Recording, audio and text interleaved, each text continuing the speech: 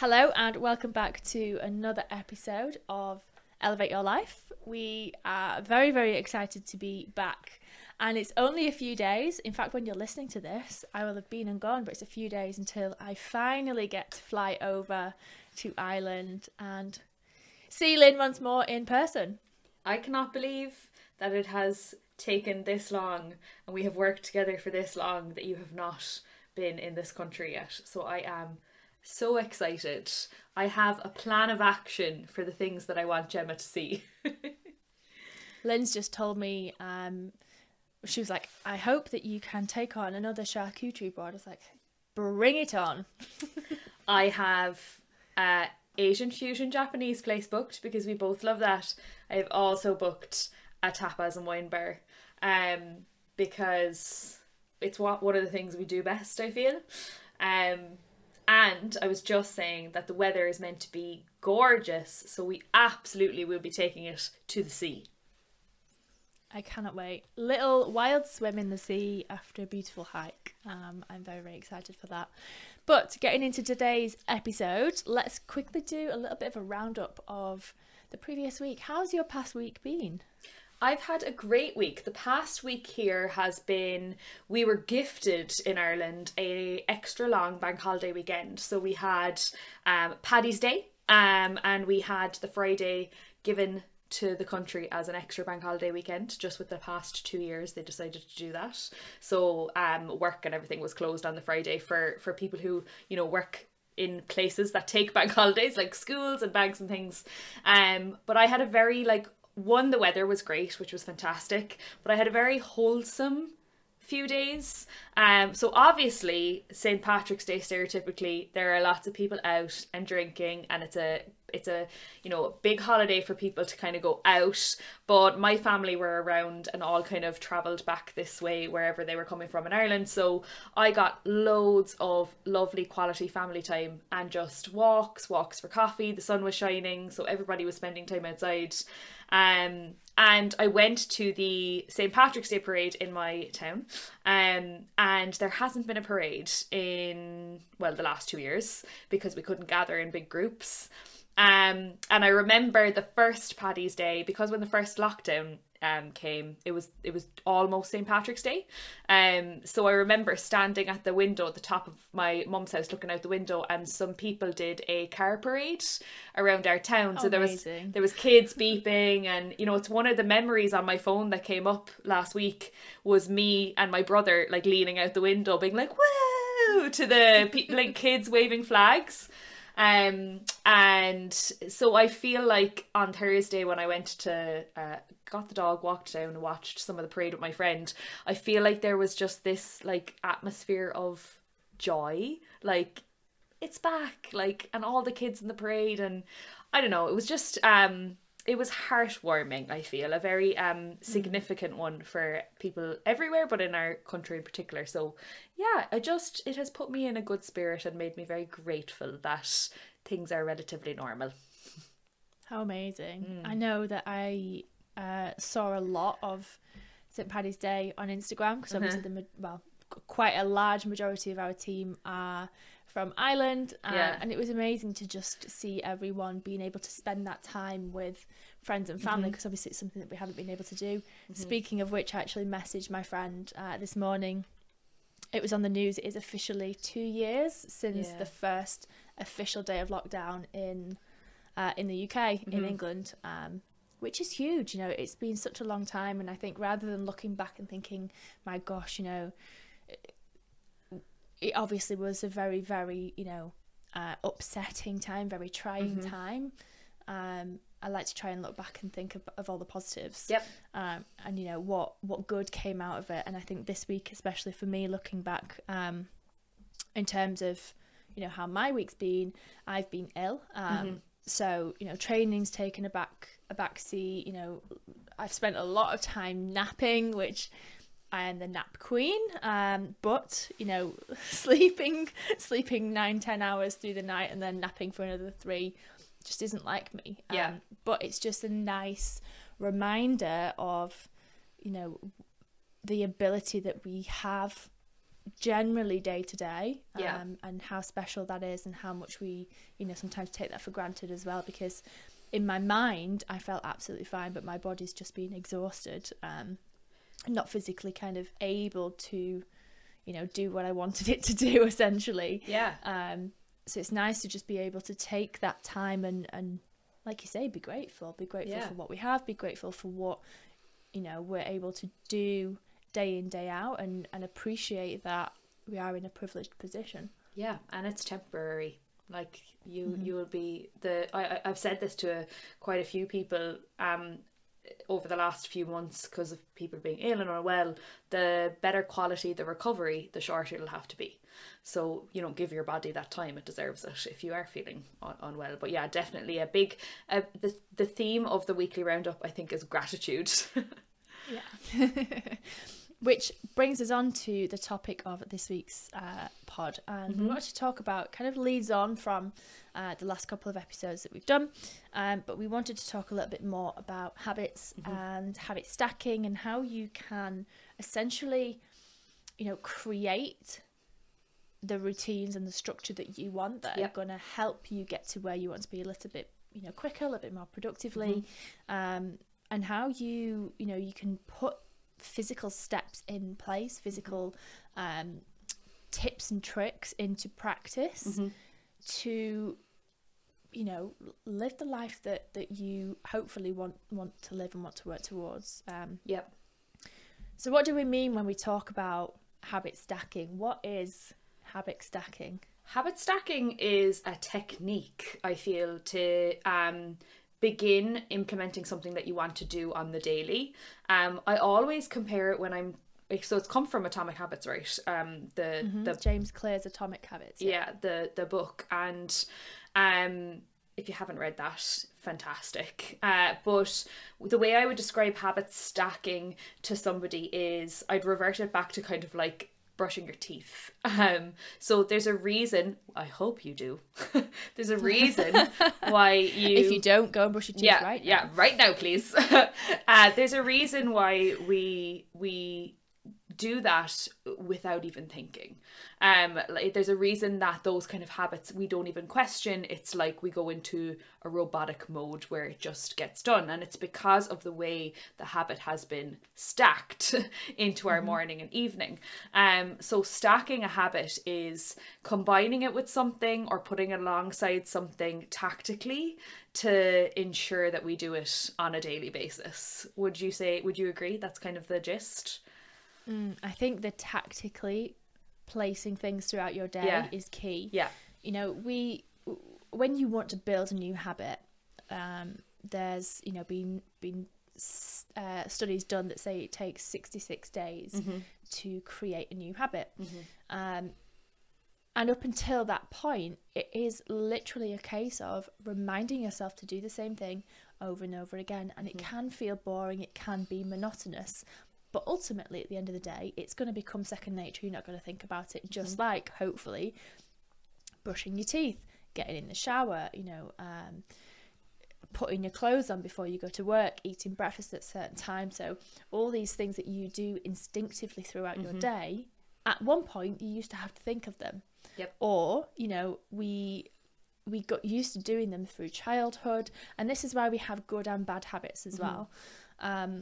Which we will come on to, because there are ways of, you know, changing bad habits into being something more positive. But when we talk about habit stacking, it is, as you just said, you know, tactically placing something that you want to turn into a habit, that you want to be instinctual, next to something that you already do without thinking. Yeah. So we're stacking that thing that we need to think about on top of, or next to, or, you know, along with something that we already do. So I guess a really simple example would be when you get up in the morning and you already brush your teeth, or you get in the shower, the habit that you want to build is going to the gym in the morning. Yep. So along with brushing your teeth, you would place your clothes at the side of your toothbrush. Yep. this, you don't have to think about it. You can see those clothes, you're reminded of that habit, you can get dressed, and then it's one thing, you know, almost like what's that, the slinkies you used to play with down the stairs when you're a kid. You know, you knock it at the top and it goes do do do do do all the way down. Yeah. What's that you know, that trigger to start that, you know, sequence of events, of habits? Yeah, absolutely. And it's that visual that can be very powerful as well. So I think we've spoken another example that's a great one with the clothes, putting out your clothes, and I do that every night, and it's so second nature now. I would be lost if I got up in the morning for my early start and my clothes weren't laid out. I'd feel like under pressure time-wise, because it's just a job done. Another good example of one that I had to stack in because it was something I wasn't doing consistently was taking my supplements. I was very bad at taking my omegas and my vitamin D, which are so essential for our immunity at the moment, and obviously in the UK and Ireland, vitamin D for the lack of sunshine. But even if they were like, even if I tried, if they were hidden away, I wouldn't take them. So the visual of seeing them or seeing something that reminds me of them has really helped me do that. So coffee drinkers, myself and Gemma love coffee, and bet you, if anyone is listening and you are someone who has their coffee in the morning religiously, bet you don't forget that. Bet that's in your habit. So what I've done is I've put, now I know some people won't like this because it looks messy, but I put mine on the windowsill next to the kettle. Or a good idea I've heard, if you don't want them out of your press and you want them tidied away, is a little post-it. Like that's on the cupboard in front of by your kettle. But that for me was a game changer. Now it's like I get my coffee, I put the kettle on, and then I get my glass of water and my supplements, because I have stacked them on top of each other. And I'm like, you can't have your coffee if you don't take your vitamin D. You know? Another little tip with that as well, because I'm that person who doesn't like things on the side. You know, I will have all the gadgets. I'll have, you know, we've got an air fryer, the microwave, the kettle, we've got a blender, the coffee machine. They're fine, you know? Yeah. But my gosh, leave the supplements on the side and like, nah, it'll be messy. So what you can do is get a little container, you know, like the pill boxes that you can separate them out into. Yep. You could do that, and actually if you're like me, we have a cupboard, you know, where you put your cups, or where you have, you know, the coffee, put them in that cupboard. Yeah. So when you go to grab your cup, or when you go to grab your, you know, your coffee or your tea or whatever, they're there side by side, so you can take them out at the same time. Just backtracking to what you said about, you know, you'd be lost without having your clothes laid out, you know, in the morning. When we talk about creating habits and stacking habits, sometimes these habits, we have to think a little bit further back. So having those clothes there ready so that you can get dressed and go to the gym in the morning actually starts the night before. Yeah. Because you have to have that habit in place to place those clothes there in the first place. So how did you come about making the decision when to place those clothes out so that they're there in the morning and you can get up and get to the gym and, you know, have everything laid out for you? I kid you not, this is very specific. In the evening time, when it's like 8 p.m. and I'm winding down, we tend to watch an episode of something, whether it's Netflix, whether it's something, it's our wind down time. On the break of whatever we're watching, or like halfway through if we're going to get a snack or whatever, I've made it a habit now that, like, you know, like halfway through a show I might go to the loo, or like I have it now that in the break, or as we break halfway through, I'll go and lay my clothes out and then come back. So that, you know, when you, like, if you've left, say now, this definitely happens us all, we've watched something a little bit longer, we've watched a second episode, it's gone past a little bit past bedtime and you're groggy and falling asleep on the couch, and then you're like, oh, I couldn't be bothered putting those clothes up. So I do it before I reach that point. Does that make sense? And like, I am such a creature of habit and routine. So when I tell you what time my snack time is, when I grab like something sweet in the evening, it's the same time every evening, which sounds sad, but it's not. Well, like, I know so many people are the same, but like, we have our dinner, then settle down maybe, or if I have a call or whatever, we'll watch something, and then halfway through the show, I'll grab my snack or a sweet thing, whatever it is, because I like doing that in the evening, and I'll lay the clothes out, and then I'll come back before I can get too tired. But it works. I love that. Yeah. Yeah. And it's about finding that routine that, you know, works for you, and everybody's different. So we could say to you guys, you know, you want to start with your evening routine and it should look like XYZ, when in reality what works for us isn't necessarily going to work for you. So practical steps towards thinking about, you know, instilling those new habits is, what are you already doing? Yep. And what do you want to do, and where can these things, you know, slot in seamlessly throughout your day? So be realistic as well with certain things. You know, if you're trying to set yourself up for the next morning, but your evening routine is already hectic, or, you know, you work shifts, you've got kids, and the nighttime is already, you know, quite a busy, stressful point, adding more things to that probably isn't the most sensible thing to do. So could you do it slightly earlier? Could you do it around tea time? Or likewise, you know, is it something that you can do the next morning that isn't going to have a negative impact? So we often say to, you know, some of the girls on our team, if you're up early, the non-negotiables that we want you to think about is, you know, having a glass set out on the side so that you can have a glass of water first thing in the morning, getting your supplements put somewhere that you can see them, or you're going to remember where they are. Yep. Clothes, which you could do the night before, you could do the morning of and set them up, you know, for the next day. Yep. So when you get dressed, you're replenishing that clothing pile, and, you know, set yourself up for success by just doing these small repetitive things that are essentially going to become, you know, second nature, like we keep saying.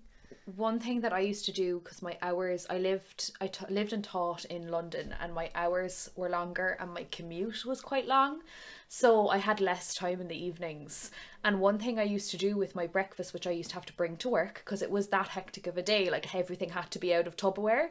And one thing that I used to do was, when I got home from work, which could have been, like, depending if I went to the gym or not, could have been anywhere from 4 to 6:30, 7, depending on traffic, whatever, I wouldn't clean my Tupperware from my breakfast and lunch and let it empty. So when I got home, I cleaned out my thing. If I had my overnight oats in Tupperware or whatever it was for school, overnight oats went back in.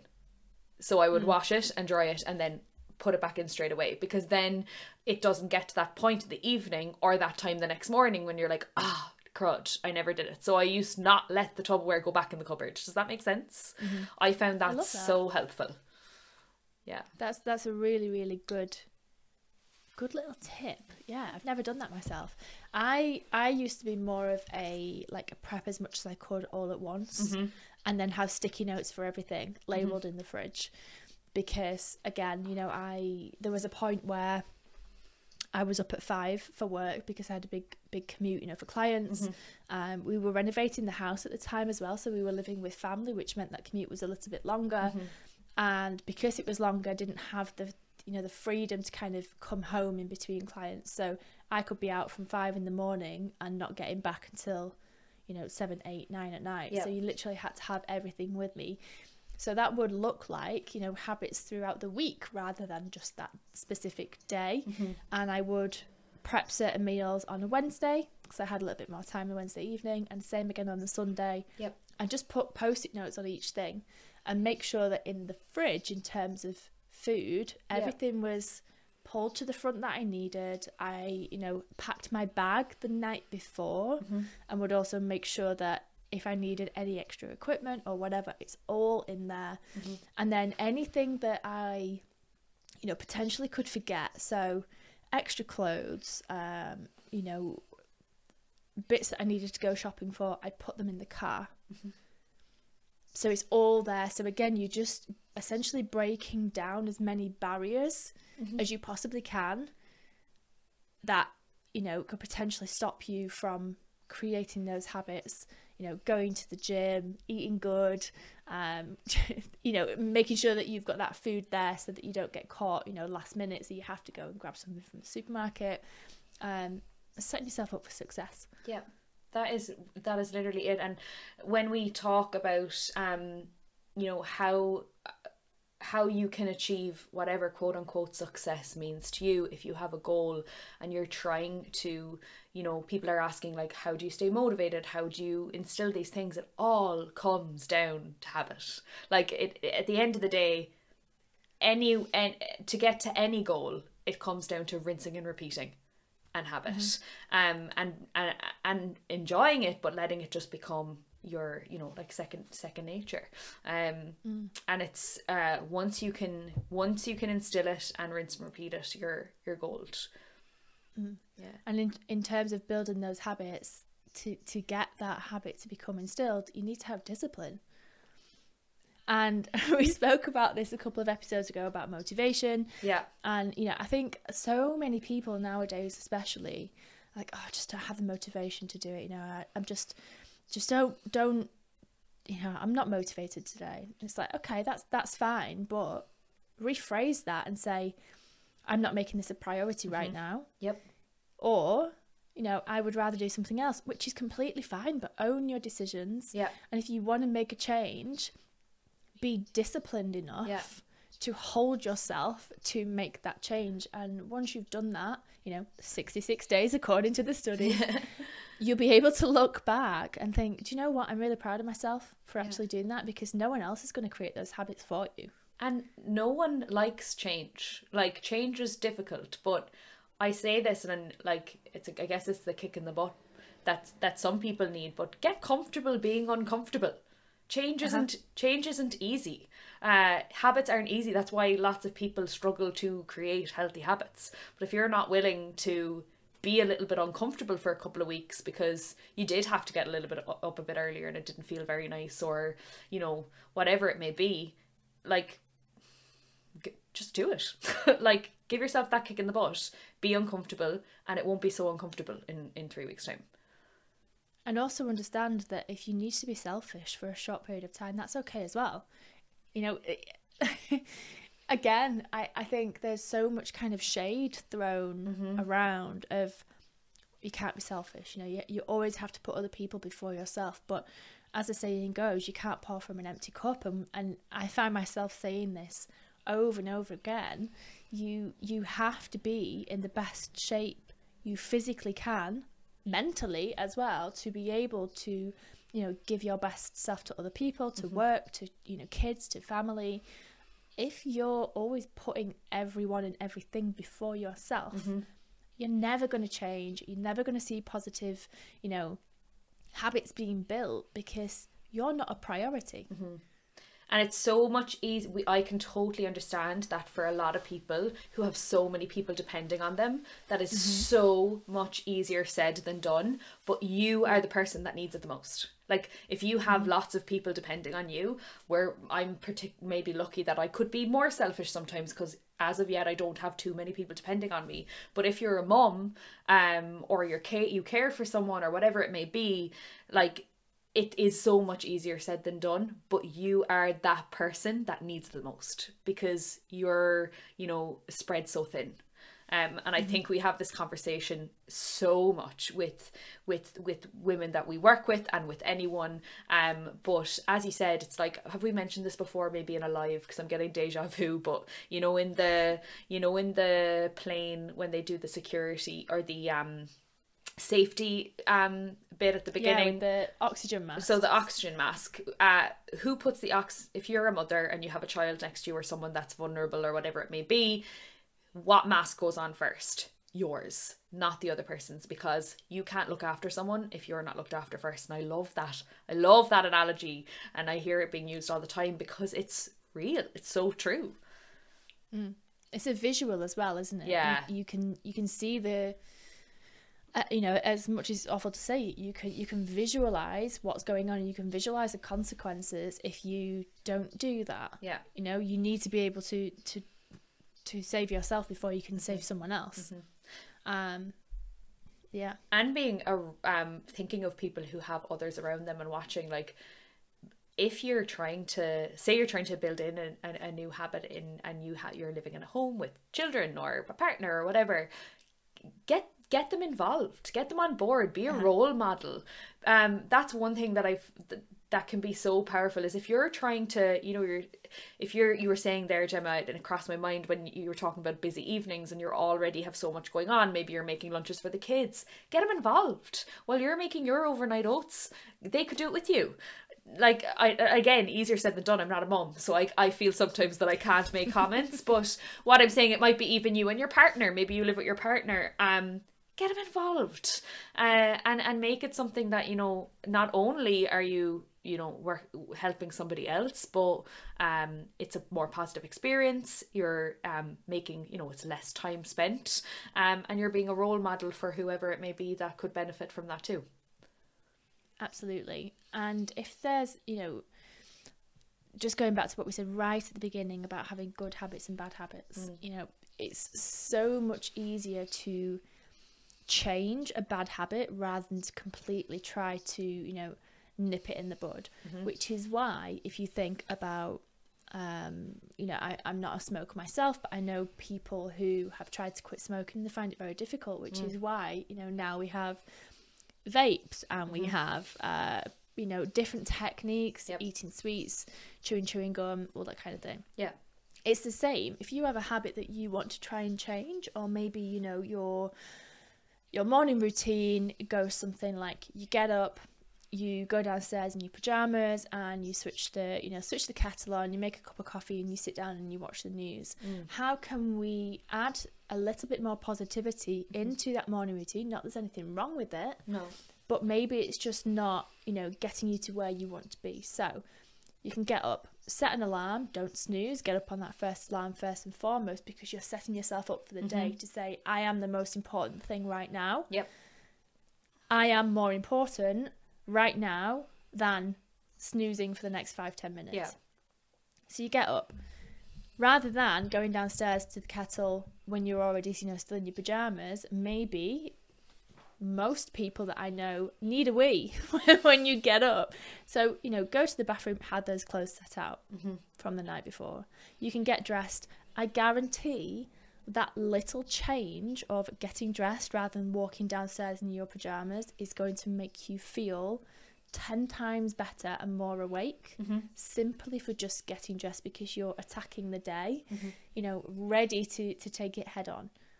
You're going downstairs and you're saying, yeah, I'm dressed, I'm ready for whatever's going to come at me. Still make a coffee and sit down and watch the news if you want, but don't do it in your pajamas and get comfy and, you know, sink into a nice warm hole where you're probably not going to get out of for the next hour. One thing as well that we mentioned in our morning routine was about the fresh air. And if you're someone who can't go for a walk, and that is what your morning looks like while the kettle is boiling or while coffee is brewing, why not, you know, the sliding door or stick your head out the window, whatever your accessibility is to fresh air. While that's happening, before you watch the news, could you take a few deep breaths in before you dive into everything that comes along with watching the news nowadays, which, you know, can be overwhelming? Why not start the morning with the fresh air and then the news? You know, these tiny little things can make such a difference. Funny that you said that about the news as well. This is a boring stacked habit, but so that I'll clean up the dishes at the beginning of the day after breakfast or whatever it may be, or if there's stuff left from the night before, which sometimes happens. In the morning I'll put on either news, or if there's something that I wanted to watch, up on the windowsill in front of the dishes in the morning, and I'll watch it while I wash the dishes. Now I know that's like a boring habit and not health and fitness related, but it is a job that needs to be done. Absolutely. So it's just another stack, you know. So I think especially if it's something like the news or social media, or, you know, before you let all that seep into your head, because sometimes it can be negative and overwhelming, put something else first. I'm so against looking at notifications, watching the news, anything like that first thing in the morning. I'm gonna say, hands up, for the past 2 years I'm against watching the news in general, because I know how it affects me and how it can affect or have a negative effect without me even realizing. You know, it just brings my mood down a little bit, because there's so much happening that you feel so out of control. And I hate being out of control. I was talking to someone about this recently, because obviously at the moment there is a ton in the news all over the world that can be quite overwhelming.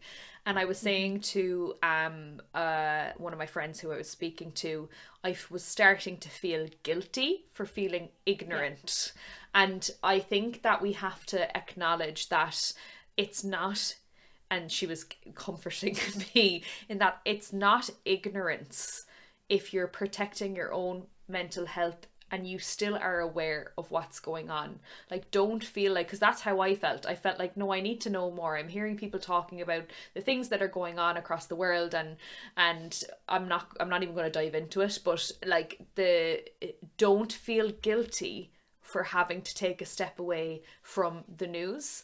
Or maybe your friends are having a conversation about it and it's overwhelming you. It's not ignorant. You're just protecting yourself. I think that's really important, especially the last 2 years. So I think a lot of people have taken a step back from the news.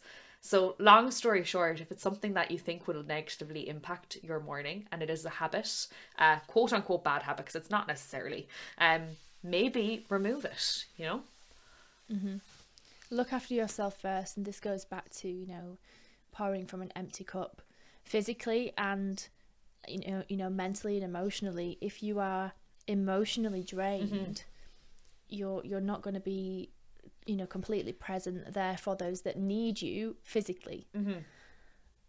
And again, we can talk about it from a personal perspective, but in terms of mental health, it's out of our remit to be able to dive into it too deeply. And I'm sure at some point in the future we will have guests on that can guide us and guide you in a little bit of a more constructive direction. But just kind of going back to the morning routine, something that I implemented last year, and I do it every single morning now, is I would get up. I try not to go downstairs in my pajamas unless the dogs wake us up at 5:45, like they have done every morning for the last week. The sun is beautiful and they are up, they want to be out. But even if that does happen, I go downstairs, let the dogs out, flick the kettle on, and while the kettle's boiling, I stand at the front door. And I could be dressed or I could still be in my dressing gown, and I just take a few big deep breaths in, like we've just said. Doesn't matter if it's raining or sunshine. I get that fresh air in, and yes, those big deep breaths just bring a little air of calm. I think the fresh air also wakes you up.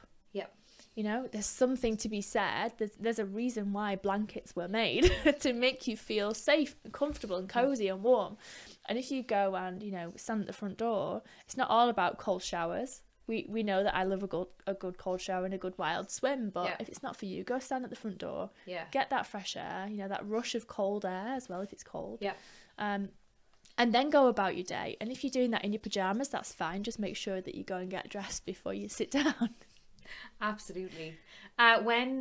So a question just along, because I know a lot of the people listening, or the people that we work with, one of the things that they want to make a habit is, exercising regularly. If you were to chat to someone who's saying like they're unmotivated, they just can't make it a habit, they keep trying and failing. It's like, I went once this week, I tried to get up early and I just can't. What advice would you give them to start to implement it, like any regular exercise into their week? What advice would you give? First of all, I think you need to find something that you enjoy. So if you're not a walker, don't force yourself to go for a 60-minute walk if you're not going to enjoy it. I don't think I've ever met anyone who doesn't like going for even just a quick 5-minute stroll. But that's the number one important thing. If you're someone who prefers to do yoga inside on your own, then amazing. The second most important thing is to find when it's gonna fit within your week, within your day, consistently. And this can be easier said than done again, because of course if you work shifts or you've got kids, things may change. One thing I would really, really highly recommend is trying to break your day up. So let's use walking as an example. Motivation, as we've already said, is finite. It's not something that comes naturally. It's discipline that is going to see you through. So number one is, if you're not feeling it, it's probably more important for you to make that step to do it so that you feel, you know, better afterwards. Yeah. It's probably a reason why you don't want to go, and you're probably going to feel worse if you don't. But just going back to those smaller steps, I would always say try and get it done earlier in the day, earlier in the week, rather than leaving it towards the end of the day, towards the end of the week, when you kind of think, I just can't be bothered. You know, the day's done. Your energy, of course, is going to be slightly lower than what it was first thing. Or, you know, we push it back later and later in the week, get to the weekend, and then the week's gone. So you're always chasing your tail, whereas if you can set yourself up for success, you're going to feel so much more positive.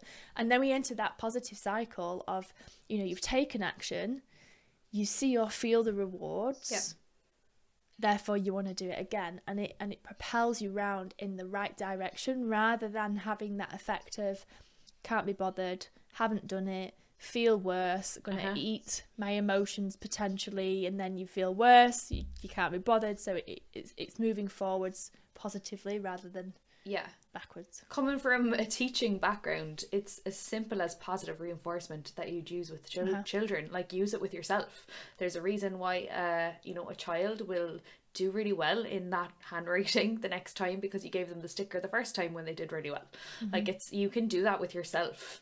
I think my top, in terms of creating and making it a habit, earlier in the day is a huge thing, and trying and getting that positive feedback, like you said. Two things that I think are really just, and it's habit stacking again, like we're coming back to habit stacking, is if you're someone who's, like, say, not training in the morning, or you do shift work, or you work a long day and you need to get to the gym in the evening, have the gear in the bag, don't go home. Have a snack in your car, don't go home. Because I am telling you, if you go home, you start to see the jobs that need to be done in the house, or somebody else is at home and they're like, oh, I've had such a tough day, let's just, you know, chill. Having it stacked so that it happens and you can't get home, you have to, you know, you have to drive past, or you have to, that's a huge one. I think that with a client recently, actually, we made that change, and now she's finding it so much easier. But that was just logistics, literally, at the end of the day. And the second thing is accountability will help you build a habit. So tell someone you're going, have someone going with you, have a coach who knows you're going, tell a friend, invite a friend. If you're first starting out with a habit, if you have to cancel or tell someone you're not going, it is 10 times harder not to go. That is especially at the beginning. If you need that scaffold while you're first starting, do that for the first month. I guarantee you, your second month of going to the gym or going for a run or going to that class, you're going to rock up there on your own. Yeah. Or if you're visual like me, have it printed out, have it written down. It's actually something that we have given away for free in our Facebook community group. What will be last week when you're listening to this is our, you know, how to create routines. And we're going to be talking a little bit more about habit stacking and habit trackers as well in the coming weeks. So if you're not part of the free Facebook group, you can really simply just search for it. It's called Ditch the Fad with Elevate. And in there, you can download it. And essentially what I like to do is, because I'm a visual person, I'm a visual learner, I like to have like a 30-day calendar of habits, and I can colour each day off every day that I've completed that habit, or tick it off, you know. If you have a diary or a journal, you can maybe add, you know, like a sticker. Adults like stickers as well. Add a sticker to each day that you've completed that habit, or each week that you've completed those habits, and just have that, you know, image of how many days you have successfully, you know, stacked that habit and ticked the box. And then it's, you know, you get that running total. And no one likes to break a running total when you've got, you know, the first couple of weeks under your belt. No, it's so satisfying. Actually, in our app as well, we have that for our clients. They have streaks for their, so like, say, drink 2 to 3 liters of water, hit my step count. We have a thing so it tells you how many days you've hit, and it's very satisfying. It is so satisfying. It really is. And when you can look back and see a couple of months at once that are all yellow. Yeah. I have a question for you to potentially to finish on. Is there a habit that you are currently trying to stack? Ooh, yes. Are you a habit queen? Ooh. I'm just trying to think. I think for me, now it's getting lighter in the mornings. The biggest habit for me is making sure that I actually walk more in the morning. Through winter when it's dark, it's not necessarily as safe to do that. So that is part of my morning routine when I'm not up and out at the gym. Again, I always set those clothes out so that I can get up and get out. But what I'm trying to do now is when I make the coffee, I put that coffee in a to go reusable cup. Oh yeah, good idea. Go. So I can take that coffee with me when I go. And I'm still got that same morning routine, but rather than drinking the coffee, doing cardio on the bike or reading, I'm actually drinking that coffee whilst I'm out walking and listening to a podcast instead. Great. Or an audiobook. Great idea. My current one is I am a hypocrite and I am so bad for my phone in the evening. But I'm taking action and that's what counts. So I bought myself a new book. I have bought, this sounds ridiculous, a shiny rose gold pen, because we all love a bit of novelty stationery. Don't tell me you don't. Absolutely. And I have them. I bought a book I knew I would enjoy reading, because sometimes I pick books out and I'm like, yeah, in theory I would love to be saying I read this, and like I won't read it. So I picked something soft and light to read, and I got the pen. I've put my journal on it and I have put them on my nightstand next to my bed, because I want to end my evening with filling in my one page in the journal that does not take long at all and a few pages of the book, because it is not okay to be scrolling on my phone before I go to bed, because my work is on my phone and I can't help myself. So that is what I am stacking, and so far out of the last 7 days I've done it 5 out of 7 days, and that is a big win for me. So 7 out of 7 is the goal. But yeah, I would love to hear what other people's, we would love to hear what some of you listening are currently trying to stack, because it's so interesting, because I think everybody has different things that they struggle with and are poor at. Absolutely. And it's also okay to understand as well, when we talk about stacking habits, you don't have to stack everything all at once. No. It's a work in progress and it will take time. So rather than thinking you want to, overhaul your entire evening and morning routine, break it down, look at the bigger picture of where you want to be, and as you would with any goal, take those steps, work backwards and identify the most important things right now that you can build upon in the future. So it could be, when you brush your teeth, as we say, getting dressed. That's a perfect step. From there, you can then make sure that your trainers are set by the door. Or the keys, are set by your trainers. So when you open the door, you have to put your shoes on to go outside. So it's little things like that that are going to help you get from where you are to where you want to be in positive, buildable steps. Rather than overwhelming yourself, trying to do everything all at once, getting 2 weeks in, thinking you've nailed it, and then crashing. I'm laughing when you said keys, because earlier I thought of this. I put my car keys, because I get up out early, very early, 3 days a week. I put my car keys in the jacket pocket that I know I'm going to wear, so that I know that they're there in the morning, because is there anything worse than when it's dark, you have to get out of the house and you don't know where your keys are? That just goes to show. But yeah, routines and habits are key, and you absolutely can completely flip change your life in a positive way if that is what you want to do. Yeah, 100%. And we want to hear how we can help and do that with you. I think my camera just turned off. You've definitely just frozen, so I think that's a great sign to finish up. So thank you so much, as always, for joining us for another episode. We hope that you are enjoying them so far. So if you are, please feel free to share them, to drop us a follow. And of course, if you haven't already, you can watch this over on YouTube. But until next week, we will see you and speak to you very, very soon. Thank you, guys. Bye. Bye.